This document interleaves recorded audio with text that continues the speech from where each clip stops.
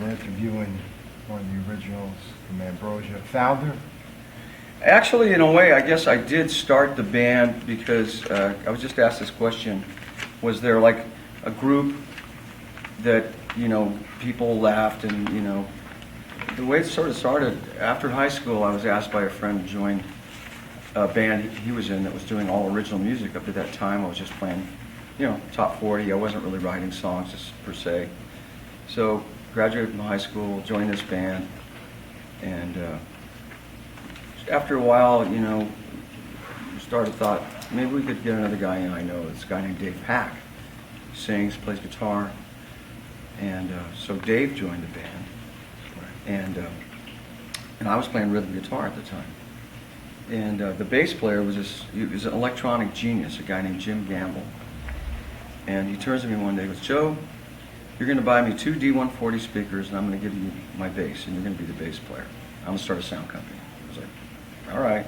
That was easy. So I did that, went out, got him a couple speakers. He built a cabinet, started doing little sounds. He built his own electronics and stuff, his own little mixers. Started doing our sound like at the YMCA and stuff like that. Then he went to work for Tycho Brahe, which was the big rock. They were doing the Rolling Stones and Rod Stewart.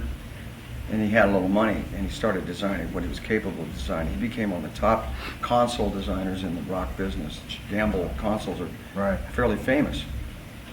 So anyway, people at the interview I had the other day, so Dave was the first guy to be brought in. We had a keyboard player. He was more interested in getting high and chasing tail than he was practicing his keyboard. So, I said, we gotta get another guy. I said, well, I got this guy I went to high school with, man. Chris North. You got to see this guy, Dave. So we go, Dave was still in high school. I just graduated. And we go to the rehearsal of this other band. And there's Chris in the back of the room, this little kind of like workshop that they had converted into a rehearsal space.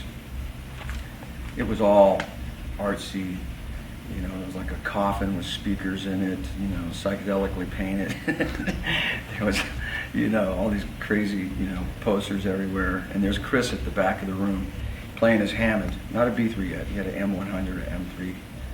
Got a bottle of wine on the Hammond, smoking a cigarette, and the girl was massaging his shoulders as he played. I said, man, we got to get this guy in the band. We're just out of high school.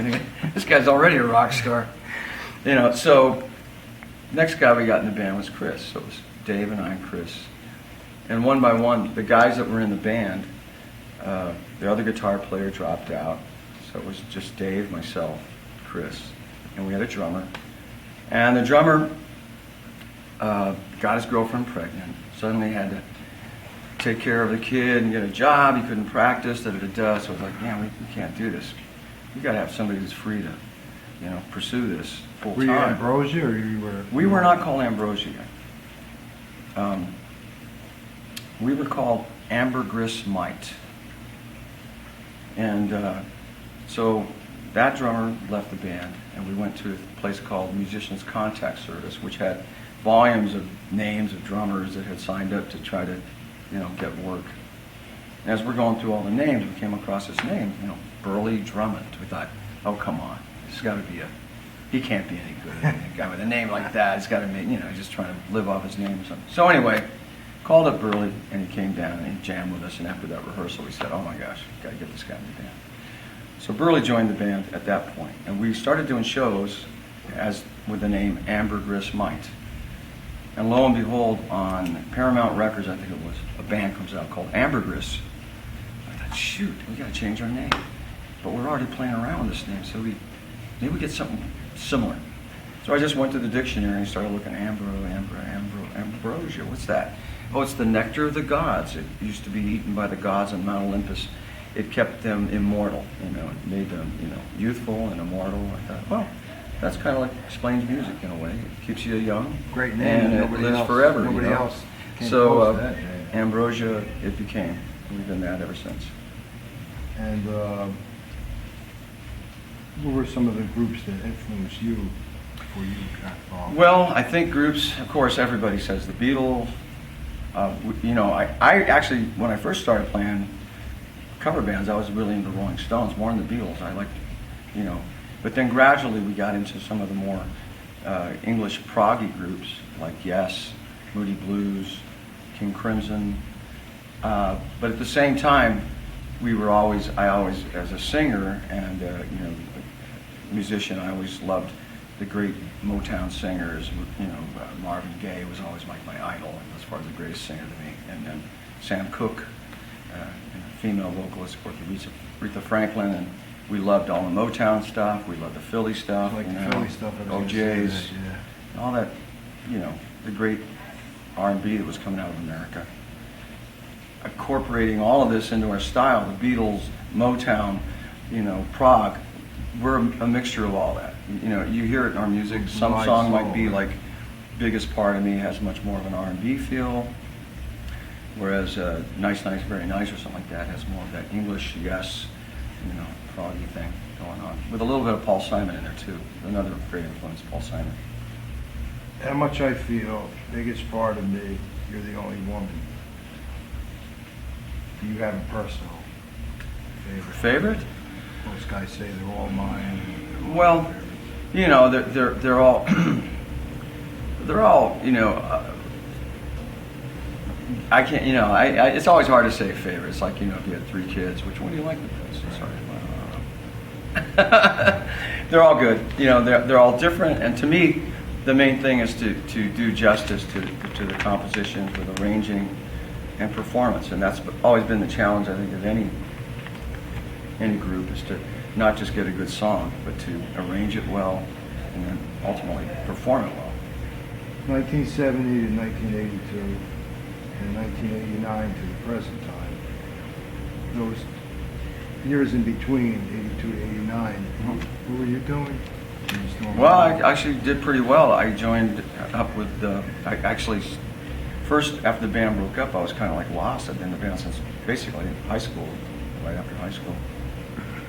I got a call from, it was a friend of Burley's who was looking for some players for Sheena Easton. She was putting together an American band to do some tours around the U.S. and Asia and stuff. She said, sure. He said, do you know any keyboard players that sing? I said, yeah, I've got a friend of mine, Bruce Hornsby. He plays and he sings. So I got Bruce in the band. So I was playing bass, Bruce was playing keyboards with Sheena. We did that for 2 years, 83 and 84, after the band broke up. During that time, Bruce asked me to play with him on local gigs. So when we were off the tour with Sheena, we'd be playing around clubs in Los Angeles, this Bruce Hornsby band, which wasn't called The Range yet. And the players in that kind of changed over the years too. In 85, Bruce got signed and became Bruce Hornsby on The Range. And we had George Marinelli, Dave Mansfield was in the band at that point, John Molo and myself. That was The Range behind Bruce. And album came out in 86, and we won the Grammy for Best New Group in 1987. And we had 3 hits off the first album, sold 3 million records. And so that went from basically 85 to 92. That was my Bruce Hornsby period. In 92, the Range kind of was dissolved. George had left, other guys had left. His drummer stayed. Drummer had moved out with him from Virginia, where he was living. He stayed with him the longest, but I went back to Ambrosia. I've been there since. The fans were happy, I'm sure, to see that. Well, I hope so. Yeah, I think so. What does it look like for the next few years with the group and with this tour? Well, I mean, we're just continuing to try to I'd say, grow an audience or regrow an audience. Some people, are just realizing, hey, we're still out there, or some people are hearing us for the first time live that maybe have listened to our records over the years. But, we're getting it live. I've been a fan since 75 or 78 or whatever. I've never seen you live. We're just hearing them. 2016. It took you a while. Okay, here we are. But they're happy to see that we're still a viable live group, that we can still pull it off, and that we still have some great musicians in the band. Burley was saying that in New York last night or the other night that they're a different type crowd. Well, that's one of the things about doing this Yacht Rock Review these are guys, these are younger guys that are recreating the music from basically our era. What other groups do they play? Oh, well, they were just working like on a Kenny Loggins song, I'm All Right. They do, what were they doing the other day? A guy that we had just backed up. Elliot Lurie, Looking Glass, you know. Brandy, Right, you're a fine New girl, Jersey. good like your feet. Yeah.